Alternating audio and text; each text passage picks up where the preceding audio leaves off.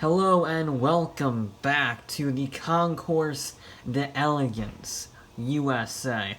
It's been almost exactly 2 years since the last one in 2019, and that was a pretty damn good one. So, after a 2-year hiatus, there was a lot of expectation. This one did not disappoint, and we're gonna start it out with America. A little bit cliche, this is Concourse USA after all, but we're starting off with classic American cars, and there were a lot. This one was a 1937 Cadillac, one of one made by some rich guy. I really hope he doesn't get a pothole, but aerodynamic perfection does not describe that enough. This may look old, but this is actually brand spanking new 2016 custom built. And if you think the V16 in the Cadillac from earlier was big, this has a 648 cubic inch V12. They basically just put a plane engine in it, and it's all bespoke. Look at the detail on the engine bay. It is immaculate how beautiful the car is. I'm not so sure about the exterior, but the interior was stunning. And again, there were a lot of classic American cars. You got this Delahaye here, about $1 million. This Oldsmobile Indy car from 1932. And these are just two of hundreds of examples. I mean, there was an entire parking lot full of them. There were also these, the trophy trucks. There was only one, but it just showed up there. It was in a car park full of Ferraris. So was this. There were Ferraris and then a Jeep with a crazy body on it. That's quite a transition and a shift in tone, but I'm not complaining. It's very nice looking, and the trophy truck too. This was also here. This was a Ford Ghia Via concept from 1990. Yeah, that was from 1990. It looks like a Tesla. Anyway, I thought it looked cool. I don't know what it is, really. I don't even know if it worked. The wires are sort of exposed on the interior, but it looks cool. And this is another concept, much older. This is the only surviving car with a X8 engine, so 8 cylinders in X. So that's probably worth a lot of money. And it probably runs, considering the guy here, so there you go. More modern production version, Celine S302, their top-of-the-line version. I actually covered in the Celine video. And speaking of top-of-the-line, GTSR Viper, because if you want the ACR, but that's not quite fast enough, you can go for one of these. This is not a muscle car, but it is a good transition, because this is an old Ford Woody, which is awesome. This, though, is a muscle car, the Oldsmobile 88, the first ever muscle car. I know the GTO pioneered it in '64, but this came out before in the 50s, and it has a V8 rear-wheel drive, 2-door coupe. Those are all the hallmarks of a muscle car, and it started with the Oldsmobile 88. This is an incredibly important car. This is also incredibly important, although much less well known. One of 15 supercharged Thunderbirds, 1958. It's already an F code, which is very rare on its own, but then they supercharge it, so it's even rarer, and probably a lot faster. And then we move to the actual muscle cars, if you will, the Javelins. I didn't mean to take so many pictures of Javelins, however, they looked so good. The AMX is one of my favorite underdog muscle cars, and this had an awesome paint job with side pipes. Both of them had side pipes. That is automatically a win. I didn't mean to take so many. I took 3, which is more than every other type of muscle car I did, like this Roadrunner from Plymouth, which also looks awesome with the paint job. American cars from the 70s and 60s just had better paint jobs. Why can't we have these more? These awesome paint jobs. I mean, the Boss 429 had just ice white, but it's a Boss 429, so I'll excuse it. But all of these cars had fantastic paint jobs. I mean, it's bizarre that we don't continue it. But anyway, on to these cars. Very rare, very historic, massive engines. Or in the case of this one, Mercury Cougar Limited. I've only seen this in video games. It's the Trans Am Homologation Special, the Cougar, and right next to it was the Mercury Cyclone Spoiler Homologation Special for, well, the spoiler on the back. And can you just imagine, what do you drive? I drive a Cyclone Spoiler. I have spoiler in my car's name. Granted, this is the spoiler car, the Plymouth Superbird. There's only one, though. Bit of a shame, but, one Superbird, especially in Petty Blue, is as cool as any else. This is apparently on the National Historic Vehicle Registry. I know it's a very important Challenger. I don't remember why. I'm sorry, I'm not very familiar with this car. I just know it's really, really important, apparently. And they made like 70 of them. These are also very, very important, and they had a lot of them. These are the classic NHRA super stock dragsters, so basically homologation road legal dragsters, if you will, like the pro stocks. And they actually had 3 Dart super stock LO83s. Yeah, they are. They only made 80 of them. They could run the quarter mile in the 9s. The road cars, they made 80 road cars, could run it in the 10s, and they were incredible. I saw 3 of them in one row. This, though, is another Devon, similar to what I saw at the Cars and Coffee a few years ago, and this is even smaller. Look at the Mustang in the background. That's not a big Mustang, and that is ridiculously tiny. And this is also very special, because apparently it's the second to last 427 Cobra ever made. Yeah. So it's already a 427 Cobra, a car that I love to death. And then there's a second to last one ever made, so pretty significant. This is also very cool, sort of the spiritual successor of the Shelby Series 1, the only car Shelby actually designed and built in-house. This is more special, though. It may look like a C1 Corvette with a bit of a wing on it, or a bit of a aerodynamic 8 on the back, but this thing was actually the first ever Corvette chassis to have a V8. It was Zora's prototype V8 from 1954. This is the test bed. They said, yes, we can make this into a proper sports car. Screw that Blue Flame V6. This proved the Corvette could be V8. And this should have proved the Corvette could be not only mid-engine, but rotary powered. It is a rotary powered Corvette mid-engine from Zora, the last prototype he made. It should have been destroyed. It wasn't destroyed, but they lost the engine, so it has a Mazda rotary in it, but they found the original engine, and now they just have to restore it, but they didn't have time before the show. But this is a one-of-one Zora prototype. I never thought I would see that, but I did. This is not a one-of-one, but this is one of the most famous prototypes of all time, the Chrysler turbine car. And I've seen a few of these. They're great cars. However, this one was very special because they turned it on. Yeah, turbines. Start up. Yeah.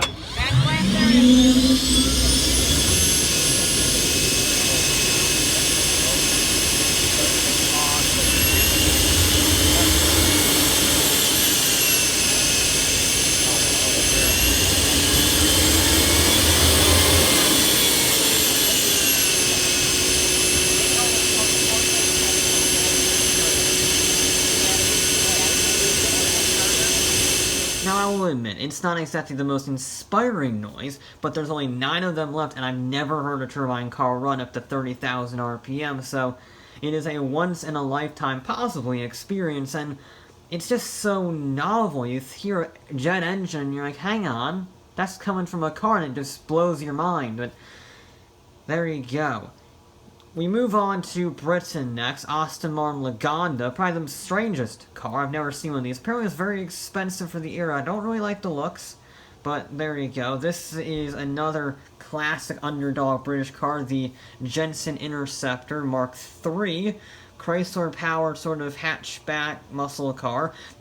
This is not a hatchback muscle car. This is a McLaren Senna. Yeah. A lot of people don't like the look of it because it's more function over form, but I think there's beauty in that function, and I really do quite like the look of it, especially in this very aggressive blue, and this was much more generally beautiful. The McLaren Elva prototype. Why it has a windshield, I don't know. Talk to McLaren about that, but that's for non-peasant problems. But I think it looks quite good. It's a very good-looking car, especially from the rear, but the whole profile is nice and smooth, and there were a lot of British cars here, lots of them. Lotus into as well. Lotus had a very big presence here, whether it be both generations of the Esprit, or the Elan. Not the 1961 designed by Gordon Murray. No, I'm talking about the 1991, the front-wheel drive Lotus, which is very underloved. I think it's a brilliant car. I think it's a great looking car. It's much more timeless than some of the other Lotuses from the era. And there were a lot of British roadsters. And there's a TVR. I don't really like the TVR, especially the Chimera. I think it looks a little bit weird. But I've never seen a TVR, and I'm always up to seeing new manufacturers for the first time, so I was very excited. I think it's a great addition to this show, even if it's not really that good, and it'll probably break down and kill you. This will also probably kill you. It's a Bentley 4.5 liter, sort of like the Le Mans style cars in the 1920s, the blowers, famous cars that won 4 times in a row. But really, this was a Jaguar show in Britain, especially a British roadster show. There were so many Jags, there were so many XK120s and 150s and E-types. There was, not making this up, an entire parking lot of E-types, and I gotta say, you will be hard-pressed to find a more beautiful parking lot than one full of Jag E-types. That is a hell of a parking lot! And it even had this. This is, you might have seen it in Project Cars 2, it's a racing spec Mark III V12. So it's a touring car, competes in the historic racing series. I don't know too much about it, but I know it's an absolute beast. I mean, they even took the headlights out for more air to go into the engine. The intercooler is massive in this thing. But this is arguably more valuable. This is a 1960 Jaguar open-wheeler custom. It's the only one in the world. It was driven by Sir Jackie Stewart, and it has one owner. That's worth many millions of dollars, so probably the most expensive car in the show, you know? One owner, very few miles, Formula 1 owner, driven by Jackie Stewart. And we continue with the Aston Martin theme. Sorry, nope, that's a Roma. Sorry, bad show. I had to keep it going, okay? We move on to the Italians. There were Ferraris aplenty, whether it be the original 1953 Ferrari 250, or if you want to go a little bit more modern, we can skip past the Testarossas and the 308s that were in attendance and skip right to the good stuff. The Ferrari Enzo Ferrari and the Ferrari, 2 of the best hypercars ever made from the company. I love the look of these things, and of course having them parked next to each other is fantastic. And their glorious, glorious V12, lovely look. They're timeless designs. And I actually have seen quite a few 812s. The design has been growing on me, even if the color is a bit baby blue. And then there were the race cars. There were quite a few race cars in attendance, one of them being the 488, which has, I'm not making this up, wings on the mirrors. Because more aero is more good. Now these were supposed to be the stars of the show. The thunder got stolen later on, but there are not 1, not 2, but 4 Ferrari Monzas, the SP1 and the SP2. I think they're great looking cars. They're fantastic looking, especially in the silver and yellow. Not so sure about the black one, but the others were simply stunning. They're amazing cars. I think the Miura is actually a better car. I think it's more important. I think it's a better looking car in many ways. It doesn't drive as well, obviously, but I mean, it's a Lamborghini. They're the king of poster cars. Yes, the Countach here, terrible to drive. I talked to the owner, he hates how it drives, even he will admit it. But, God does it look good. And there were a lot of Lamborghinis, which, I mean, there were quite a few Huracan Evo, special edition, if you want to call them, and there was a bright purple SVJ, because if you're going to have an aggressive Lamborghini Aventador dialed up to 11, you might as well make it bright purple. There was also the STO. This is brand spanking new. It's like, what, 2 months old? 3 months old, maybe? It's basically the ultimate Huracan. I think it looks great. I think it looks surprisingly good in the orange and blue and black combination. But, yeah, I was very impressed with the Italian turnout. The Lamborghinis were all glorious poster cars. The Alfa Romeos were great. There were some Maseratis too. Not very many, but the 5000 GT was a notable exception. Yeah, the whole Italian lineup was truly great, and even there were Izzos. Yeah! There were Izzos. I wouldn't say they're the best cars in show. However, it's always, again, like I like the TVR. It's always good to see new manufacturers for the first time, and these are incredible machines. It's sadly forgotten about in Italian motor racing history because they went broke. This will make you go broke. It's a Fiat 8V Supersonic. Looks fantastic. I don't know how Fiat made this, but they did. It's like $10 million or something last time I checked. There's like 20 of them in the world. Yeah. That was the second car I saw on the show. That was, surprising.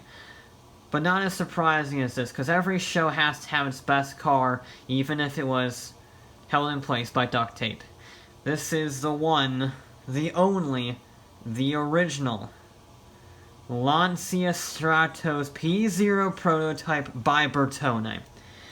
I love Lancias. I've always had. They're my favorite car company. The Stratos is one of my favorite rally cars ever, and this is the prototype. It's 33 inches tall. It is a tiny car. The entire windshield opens as a door. It looks like nothing else ever. It's the best car. Actually, it is the best car I have ever seen. I love it to death. It's my favorite car in show. It's my favorite car I've ever seen, and it's incredibly important in history. It's how the Lancia Stratos got made. It's how rallying changed forever, and it can all be traced back to this little Italian wedge of brilliant prototypeness. Moving on swiftly past that to the Germans, we have not too many, if I'm honest. I was a little bit disappointed by the representation here today. The BMWs were okay. The 507 was a nice touch. The original 911 generation, so the 911, also nice touch. And the last air-cooled 911, the 964. This is the turbo version, so it makes like 400 horsepower. A brilliant piece of engineering that to make a flat 6, 400 horsepower twin turbo with air-cooled engines. This is much more powerful, though. We'll get to the next car in the corner in a second, but this is a Mercedes-Benz Evo 2 190, so it's the 190 you've seen a few times, but dialed up to 15. This is also a Mercedes race car dialed up to 15. It's the Mercedes-Benz SLR 772, but then they decide, what if we make it even more? So they got a race car. They fully stripped it out, put a massive rear wing, and so I've never seen one of these before. I didn't even know they made a racing version of it, but there you go. Do not fear, they did have a proper SLR Sterling Moss, you gotta complete the pair, a little bit of wine, a little bit of cheese, you gotta have both of them at the same time. There's like 80 of these in the world. I've seen this one before. It was at a Cars and Concourse a few years ago. I'm glad they brought it back. It is a fantastic car. The same cannot be said about the Japanese presence. The Japanese presence was not fantastic. It was very underrepresented. The only car of interest was this Datsun 240Z and a Subaru 4-wheel drive Turbo XT. This is the grandfather of the Impreza, because this led to the Legacy, which then led to the Impreza. This is one of their first 4-wheel drive cars, so pretty important piece of history, and it sort of made up for the lack of Japanese cars. So I sort of lumped them into the, I guess, best of the rest cars that didn't have enough nationality to them, like this Renault Alpine rear-engine V6 turbo thingy. And this more sensible engine layout, less sensible car, the Renault 5 Turbo 2 Group B car. The only Group B homologation I've ever seen. It's a brilliantly mad machine. I've seen this one before, but it never gets old, and it's a lot better than having a thing in your way. I'll be honest, I don't know what this car is. I have no clue what this car is. It's a thing. It's got mirrors in the hood, like it's not on the hood, it's actually built into the hood. I don't know what this car is. I love it because of it, but I have no clue what this car is. It's made by Zagato in the late 90s, and that is all I know of it. So, there you go. This show was absolutely brilliant. I don't know how they can top it, whether it be the Lancia Stratos prototype, or the Ferrari Monzas, or the Renault 5 Turbo 2, or the 190 Evolution 2. These were brilliant cars, and the bar has been raised to a seemingly impossible to surpass height. But that will be it for this episode. I will be back with more.